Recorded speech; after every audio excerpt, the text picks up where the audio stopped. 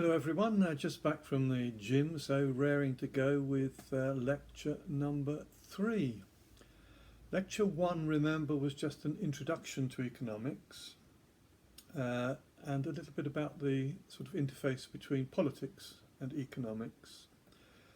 Lecture 2 was about market theory, some points of interest about market theory. I had previously said that from my point of view, as an economist, we could supply most of the products that we need through marketplaces, and so the obvious thing to do is then to look at marketplaces and how I work. By this time you've probably realised that I do disagree with quite a lot of other people, quite a lot of economists, so it's always good for an argument, and a few other people have asked me this, so let me tell you before I start on this lecture that if you want to read some of the controversial things that I've written, then you can go to my blog, which is at jbhearn.wordpress.com.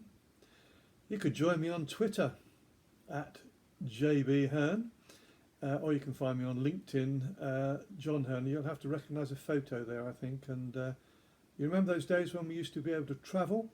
I think the photo is a picture of me in Iceland, so you'll know that you've got the right John Hearn.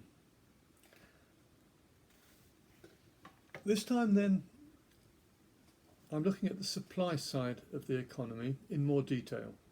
We introduced it in lecture 2, but we're now going to look at it in more detail. And the supply side of the economy is just made up of industries. And industries are made up of firms. Now get the distinction between those two things quite clear in your mind. A firm is a legal entity. You know, it's something like Marks and Spencer's or BP or KPMG. That's the firm. It's a legal entity. And the industry is just a collection of firms producing the same product or a very similar product. Industry is used that term in other ways, but for us, just remember that when we're talking about a firm, we're talking about a single legal entity. When we talk about the industry, we're talking about a collection of firms. Now there are obviously in the world, I'm sure, 1 firm industries, 2 firm industries, 3 firm industries, 400 firm industries, 5,000 firm industries, 100,000 firm industries, and it would be silly of me to try and have a theory about each of those. What we do have, however, which is an interesting starting point, again, some other economists don't like to start here because it all seems a little bit theoretical, but we do have a nice division between a model that you can build around an industry full of lots and lots and lots of competing firms that are the same. It's reasonably easy to build a model and understand what is going on in that industry. At the other extreme, and there are examples of this, we can think of an industry which only has 1 firm.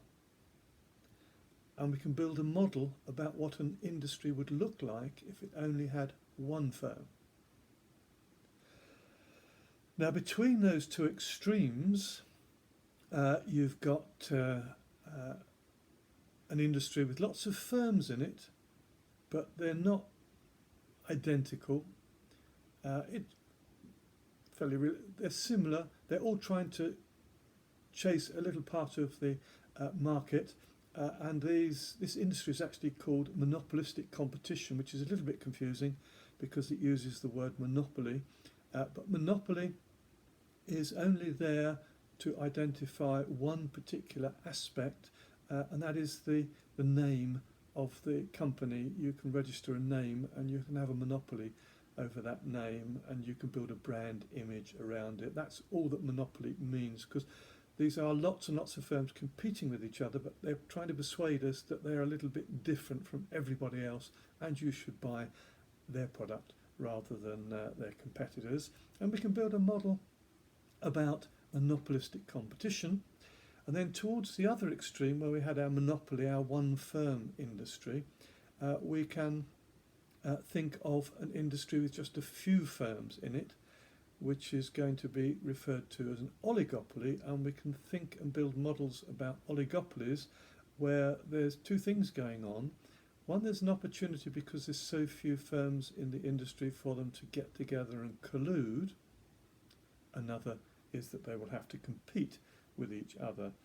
Now, that's not all the theories that there are. There's contestable market theories, there's theories where there are dominant firms in an industry, but it's fairly straightforward and simple to try and build up an understanding of the supply side of the economy if we look at these theoretical extremes and then more realistically some groupings that come between those extremes.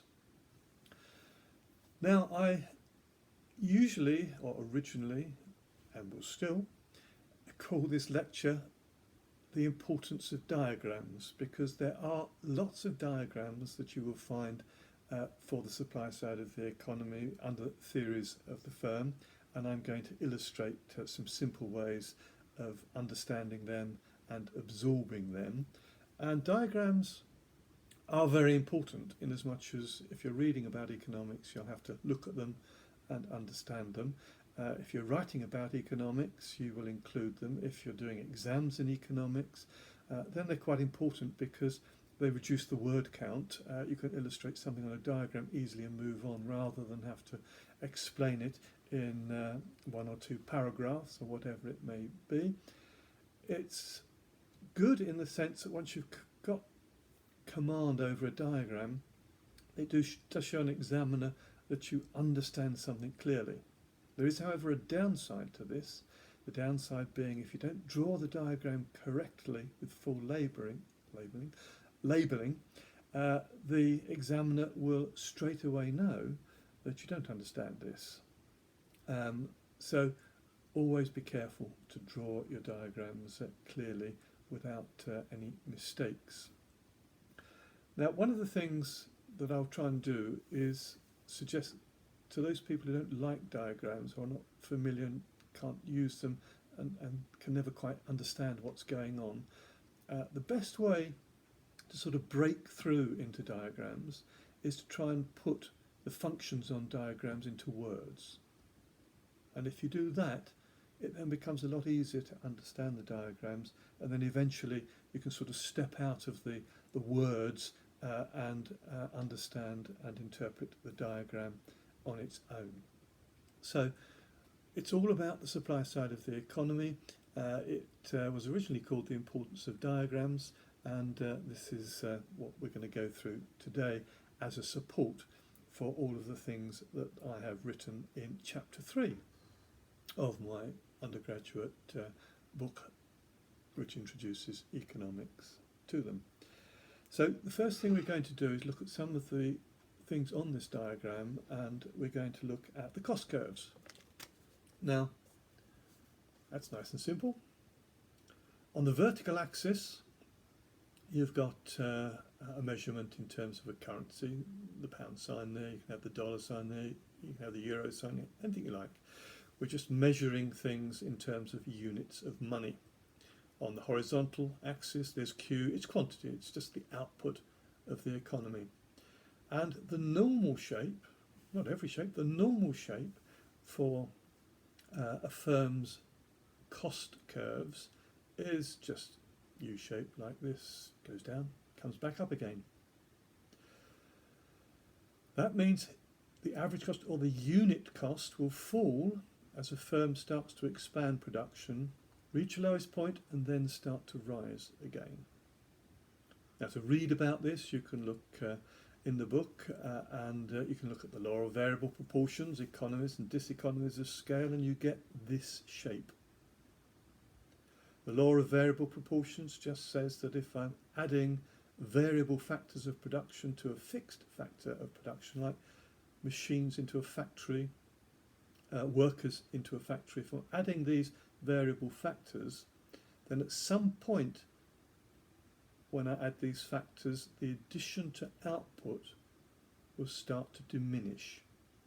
It'll start to get less and less. Before that, you'll get marginal increases in output, that is for each factor you put in, you can reorganize, specialize, you can do things which will make you more efficient and expand output and reduce your unit costs. But as the law says, the law of variable proportions, or also known as the law of diminishing marginal returns, same thing, there'll come a point when things will start to cause unit costs of production to rise. A common saying is too many cooks spoil the broth, which means you've got too many people in the room and the additions to output, the effectiveness of what you're producing starts to get less and less. Now this is related to a short run period of time. I'll explain the difference between these production periods of time in a minute. But over a longer period of time, you've got economies and diseconomies of scale, and these bring about exactly the same shape. The bigger you are, the bigger the scale of your production, you can take advantage of economies of scale. If you market and have a marketing budget, that marketing budget goes down in an average sense the more you produce. It's the same budget, but you're producing more and more and more. So the unit cost of that budget falls. So if you look at other examples of that, the principle of dimensions, if you're a lorry and you just double the dimensions of your lorry, you'll increase the load you can carry by 8 times the volume of what can go into your lorry. So you can see there are lots of things that as you expand and produce more and distribute more to your customers, your unit costs of production go down. But once again, there comes a point where diseconomies of scale are likely to set in. They don't have to, but they're likely to set in, where if we carry on expanding, we're not having the same effect on our unit costs, and in fact we're finding our unit costs are now starting to rise.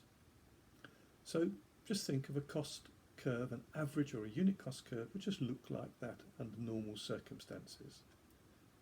It can look differently under other circumstances, but under normal circumstances it would look like that. Now, implicit within the average cost curve is a marginal cost curve. And if I put the marginal cost curve on this diagram, there's the average cost curve, the marginal cost curve just looks like that. If the average number is falling as I expand output, the additional marginal cost of production must have been falling more quickly. It pulls down the average.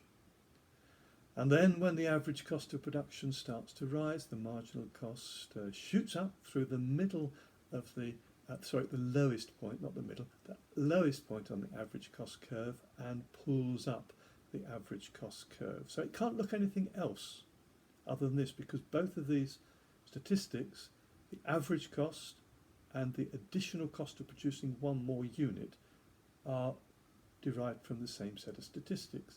And again, if you're in an examination and you're drawing this, and you don't draw it carefully, that is, you don't draw it with the marginal cost going through the lowest point on the average cost, straight away an examiner will know, you don't quite understand this, do you? So always draw it very carefully. So we can build some simple models with those two cost curves, marginal cost and average cost, and we need to add to those some revenue curves. Now there are two revenue curves that we add. Now this is the revenue that you get from selling the product, selling what you have produced. And there is in exactly the same way an average revenue curve and a marginal revenue curve. Now in one of our theories of the firm, the demand curve for the firm's product will be what's called perfectly elastic. In other words, I can sell whatever amount I produce, and I can sell it at the same price, in this case P1. Now in this case, both curves are the same as the demand curve. So the demand curve is the marginal revenue curve and the average revenue curve. For example, if the price was £10 or $10 or €10, then I can sell as many as I like at that price, which means my average is always 10, and the additional revenue I get every time I sell one more is 10. So we have two curves there, but they're all on the same line, which is the demand function for this particular shape of curve. However, we've already said, haven't we, that demand curves normally are downward sloping from left to right. If I lower the price, I'll attract more people to buy the product. If I raise the price, I will reduce demand for that product. So to be more realistic, our firms, particularly when we go to the big firms, have downward sloping demand curves. So in this case, AR, if we can hold it correctly, AR is the demand curve.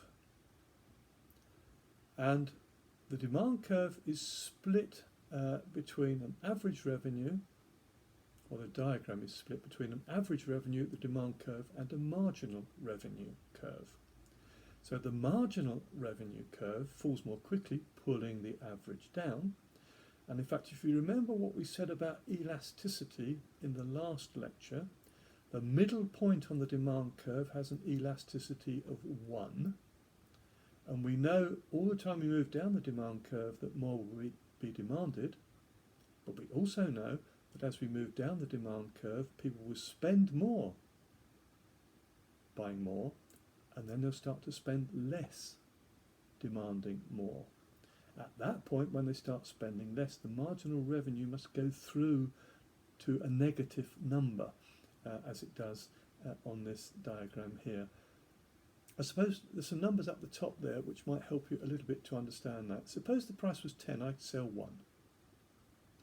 If I put the price down to 9, I can sell 2, to 8, I can sell 3, to 7, I can sell 4. Now the average is the same 10, 9, 8, 7. But the margin is now different. Because when I sell 1, I get 10. When I sell 2, I get 18, which is an additional 8. When I sell 3, I get 24, which is an additional 6. And when I sell 4, 7 to 28, I get an additional 4. So the marginal revenue is going down much more quickly than the average number, which is exactly what is being shown on that diagram. So as soon as you've got a downward sloping demand curve, you've got two revenue curves to look at, an average revenue curve and a marginal revenue curve, which is exactly what we're doing on that diagram. Now we've got 4 curves, 2 marginal curves and 2 average curves, cost curves and revenue curves, and we're going to use those to build our model. But before we do that, there's a few things that I need to mention, and the first of that is that we will refer to time periods in production that are not real time periods. They're not 1 day or 2 weeks or a real period of time. They're the period of time it takes to change something.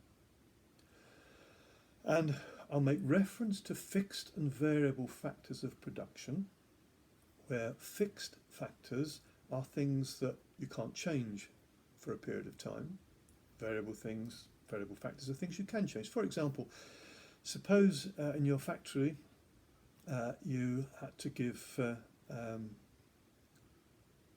some notice for your workforce to do overtime. You can't get them to do overtime today, so things are fixed. By tomorrow, however, you can ask them to do overtime, so that fixed factor becomes a variable factor. If you look at the factory itself, it's fixed. But it could become a variable factor over a period of time if I could build another factory. So fixed factors and variable factors need to be understood. Fixed and variable costs need to be understood, because at any one point in time I have fixed costs. I have costs that I cannot not pay or not cover, even if I'm not producing anything. So fixed costs are fixed at all levels of output at this moment in time, including 0. And if you like, that's one of the problems we have at the moment with supporting firms during the pandemic, because Firms have fixed costs they have to pay when they're producing nothing.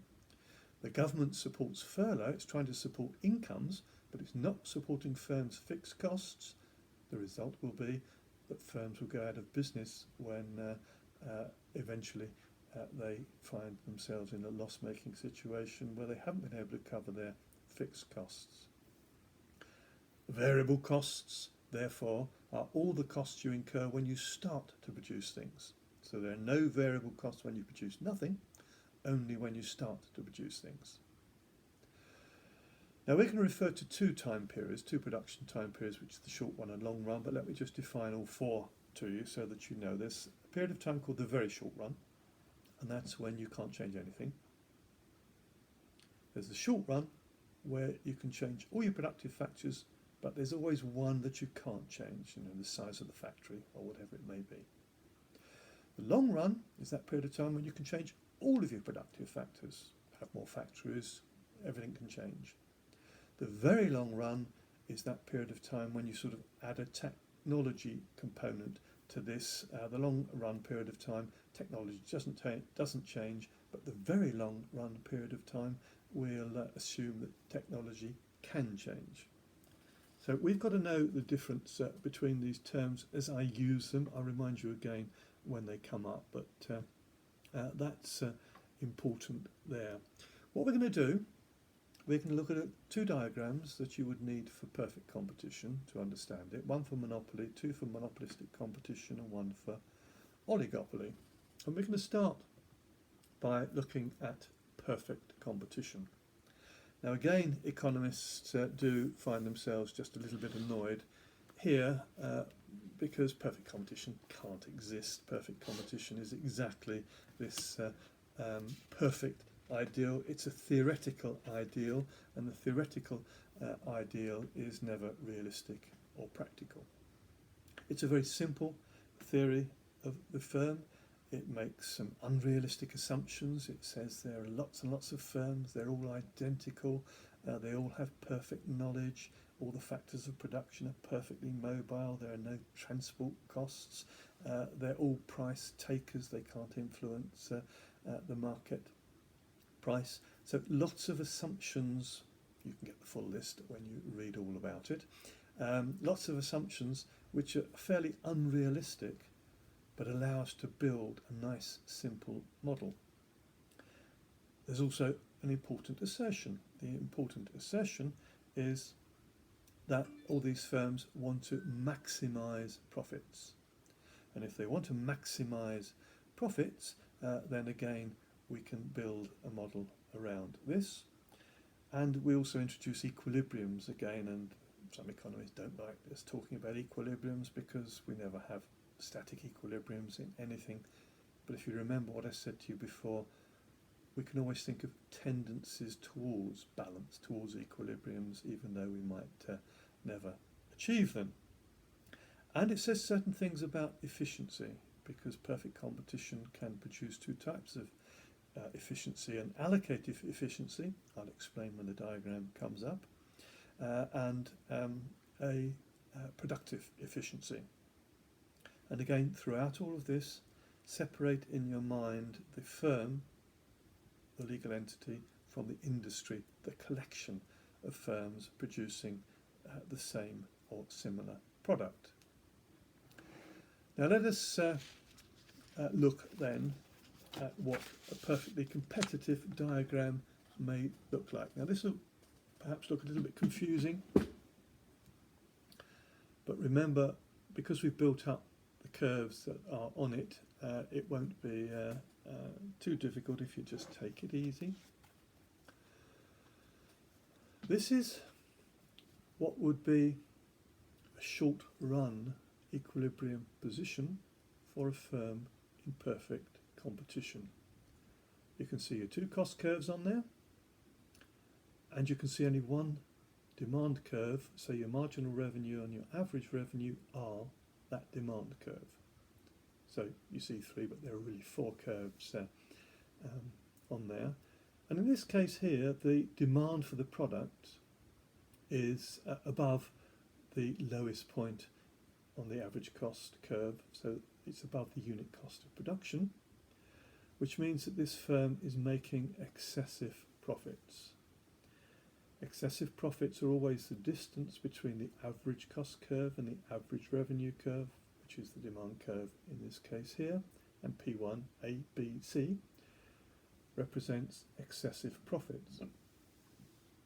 Now, excessive profits for the firms in the industry attract new firms to come into the industry, because this is a profitable industry.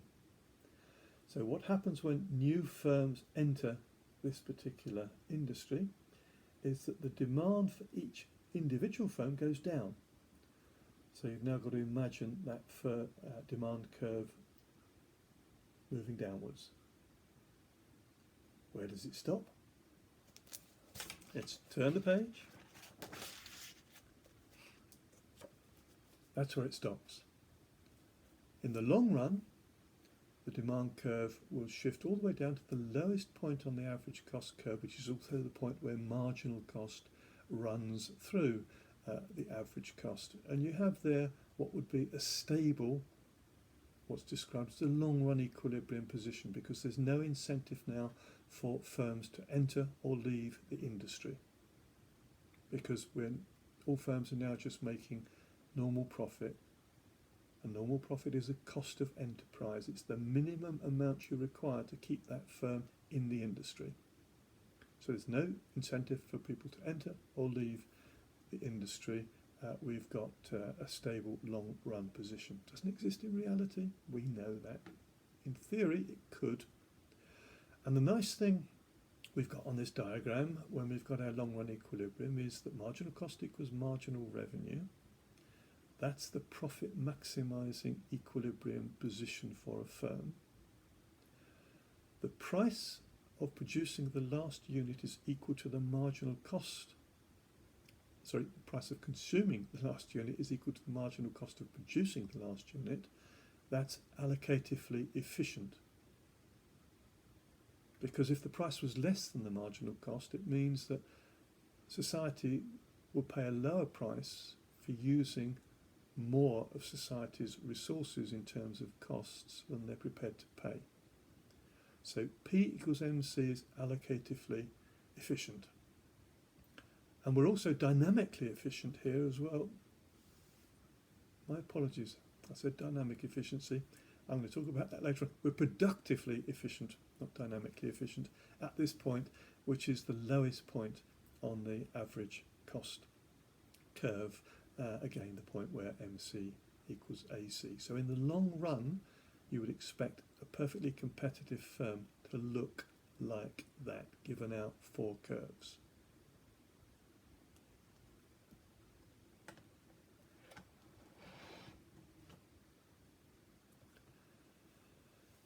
Now, if we went to look at the other extreme, where we've got an industry which has only one firm in it, we've got our monopoly. And monopolies do exist. For example, the government provides a patent to a firm that invents something. That patent provides a monopoly that that firm can be the sole supplier of that product for up to 20 years. So it's a contrived monopoly created by the government issuing a patent which excludes anyone else from producing this product but you.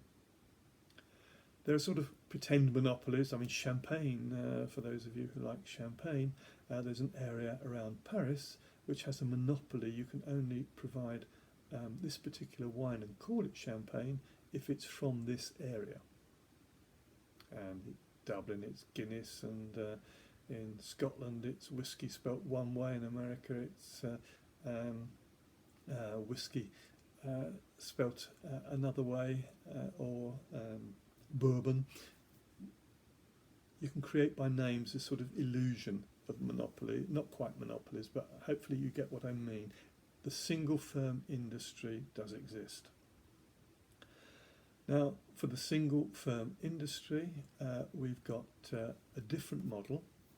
We've got still our costs and revenues curves to use, And for the monopoly, we would have to have various barriers which stops anyone else entering the industry.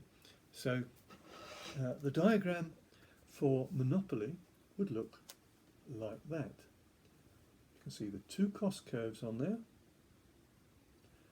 Now you can see the average revenue curve, which was the demand curve, a normal downward sloping demand curve, and our marginal revenue curve we can see, which is moving down towards the horizontal axis, and would cut it if we continued to draw it through that at the point which is the middle point on that demand curve.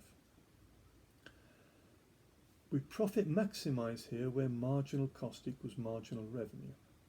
So you look on the diagram for where marginal cost equals marginal revenue. It's actually where marginal cost equals marginal revenue when marginal cost is rising, to give it its full explanation. And you can see this happens where we have an equilibrium at P1, Q1. So P1, Q1 is an equilibrium. And there's a difference between the average cost and the average revenue at that point, which is excessive profit.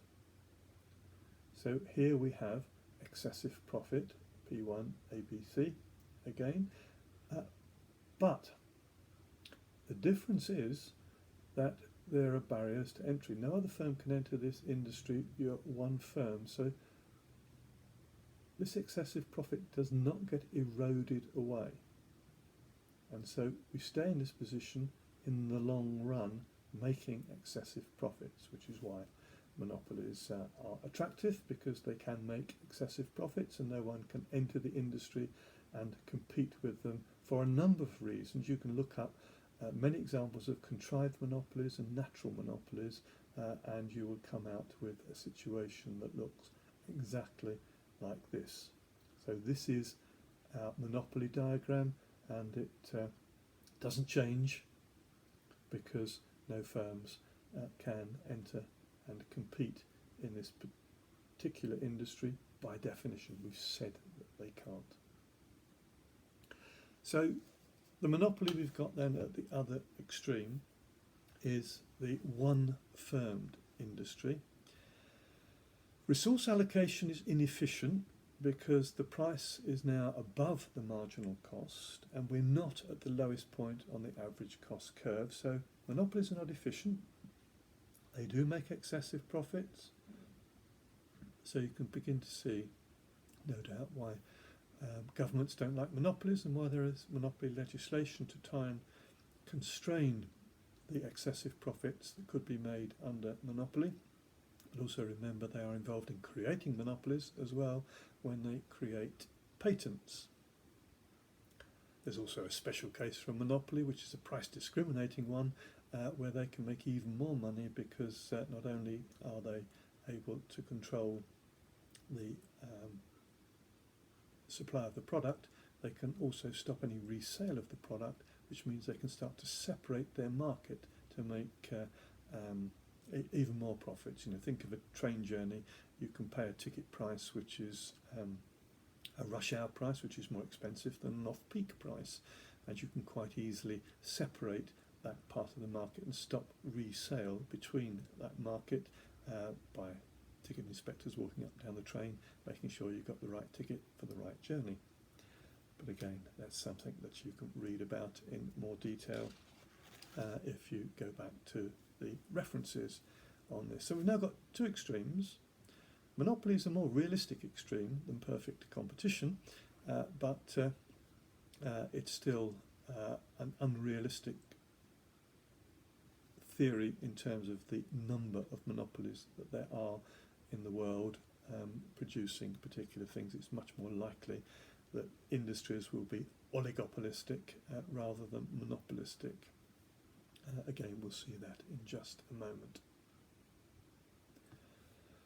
We're now going to move towards a more realistic understanding of what goes on the supply side of the economy. And monopolistic competition explains this a little bit better, because it says there are industries with lots and lots of firms in them, but every firm wants to try and create an idea that you should buy their product and not anyone else's. Theirs is the best product. You know, they may even have campaigns which are focused on creating the idea that there are no competitors. We know there are. So Heinz baked beans were very successful for years in creating the idea that they were the only baked bean to eat, because beans means Heinz. And there are still people out there who believe that Heinz baked beans are the best and are prepared to pay a little bit extra for that particular baked bean. Now the good thing about this is that you can use this diagram for Monopoly again, because this could represent monopolistic competition, but only as a short-run equilibrium. Because in monopolistic competition, there's a downward sloping demand curve, because customers believe what they're told about that little bit better for this product as opposed to that product, and because it's just a little bit better, they're prepared to pay the premium. You know, you're worth it, pay that little bit extra. You've seen the adverts, haven't you? But realistically here, we have got excessive profit. So this is going to attract new firms to come in and compete in this industry. So in the short run, you could use a diagram like this to illustrate monopolistic competition, but not the long run. Because in the long run, this demand curve will start to get pushed downwards by competition, and it will continue on down until it just becomes tangent with the average cost curve again. But because the point of tangency is with a downward sloping demand curve, it can only be tangent to the average cost curve when it is downward sloping as well. So the diagram that you would eventually draw for this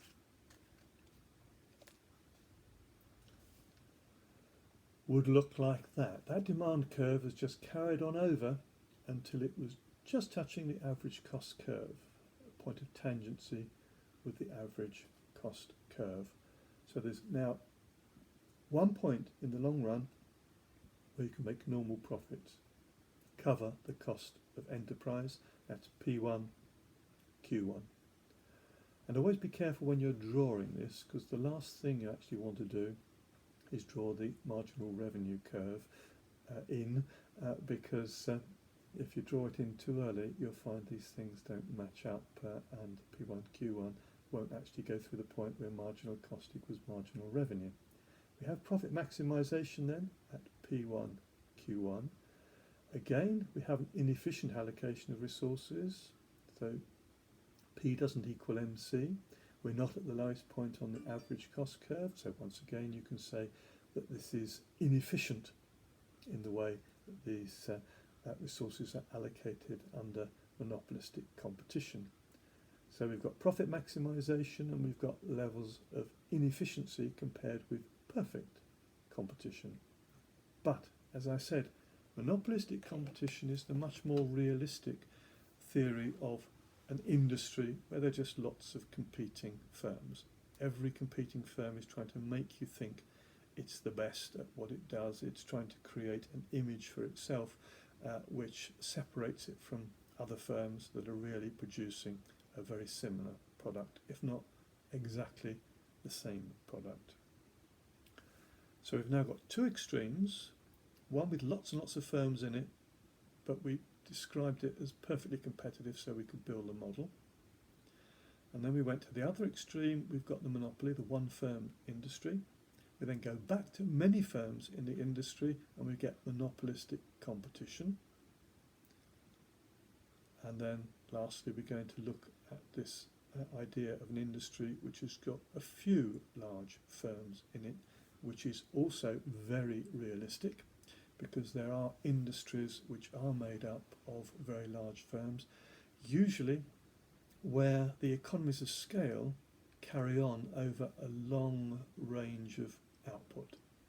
So the bigger you get, the lower your unit costs, so you can continually force out small firms force out competitors until you end up with an industry with just a few very big firms in it. The pharma industry, I should say pharmacology. You know that industry, the one I'm talking about. I'm not talking about farming. Oil production,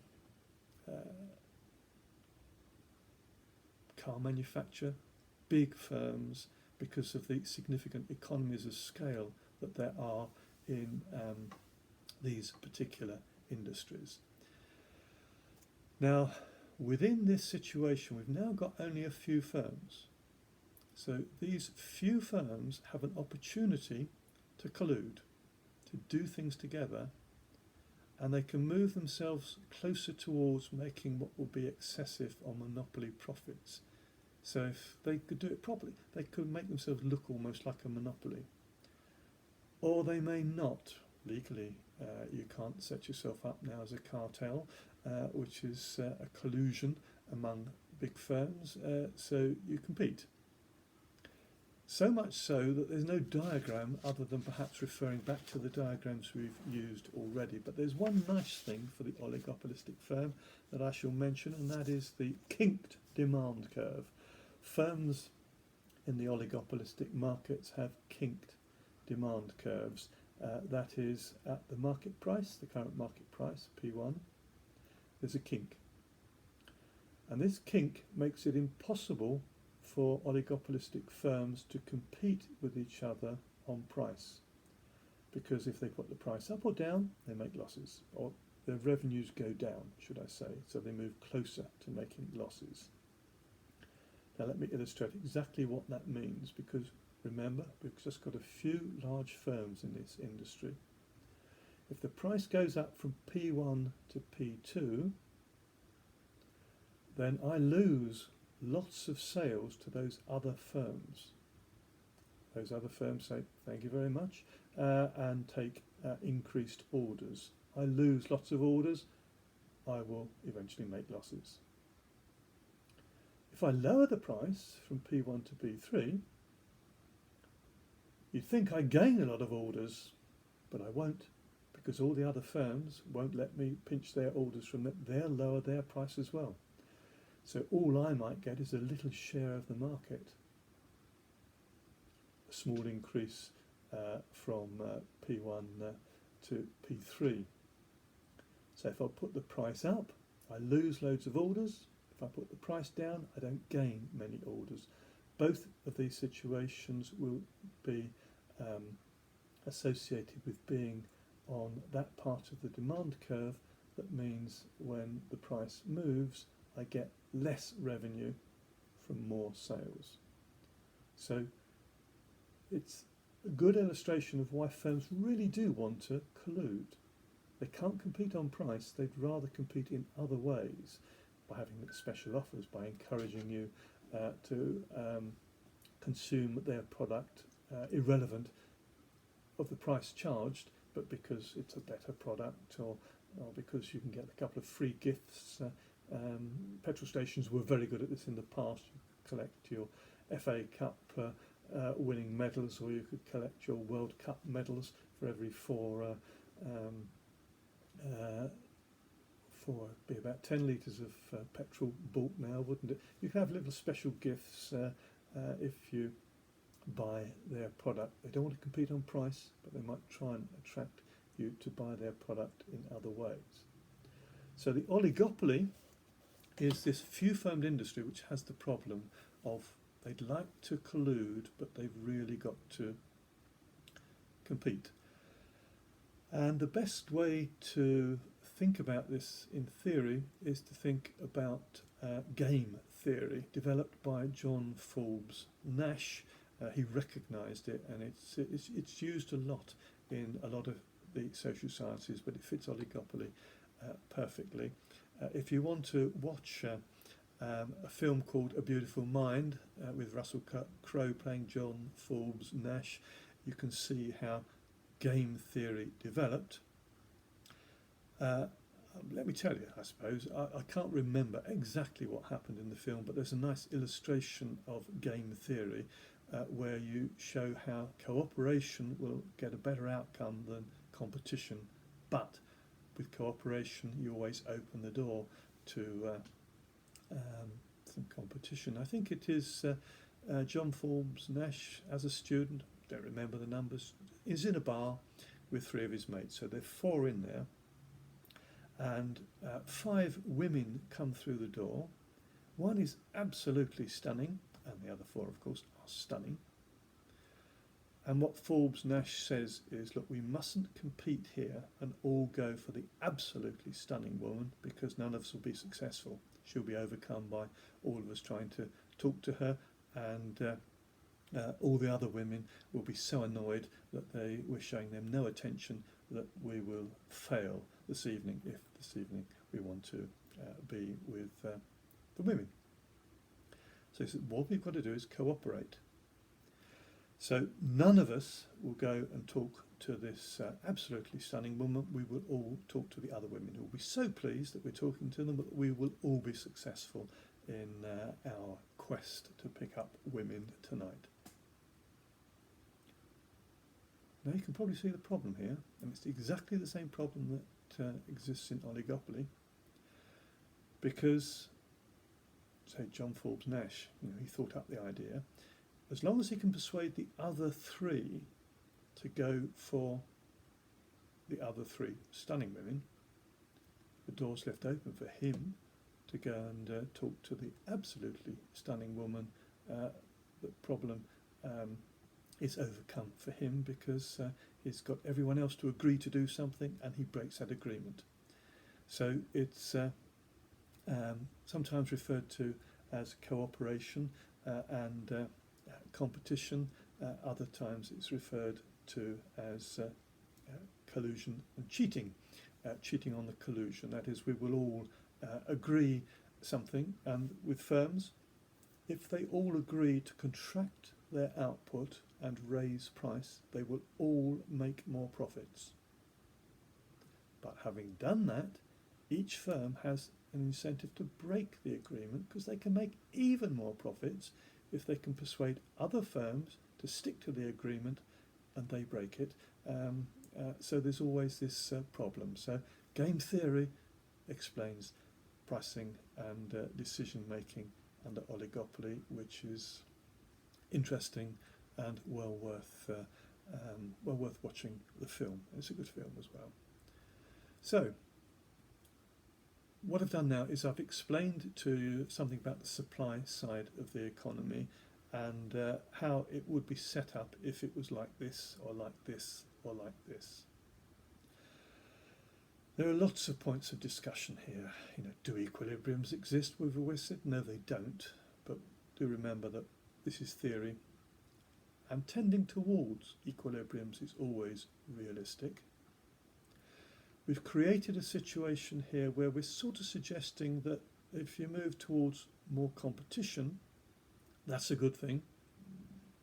If you move towards more monopoly, that's not. That's actually a bad thing. But there are other arguments which can show you exactly the opposite of that. Monopoly can produce more choice and can produce lower prices than competition can. So, have a bit of interest in that, see if you can work that one out.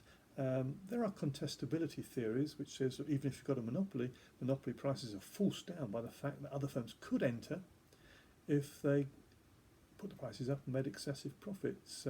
So there is a monopoly, but because the market is contestable, new entrants could enter and keep that price down. I suppose one of the biggest points of discussion which is important is, do firms actually maximise profits? There are other explanations of what firms may do.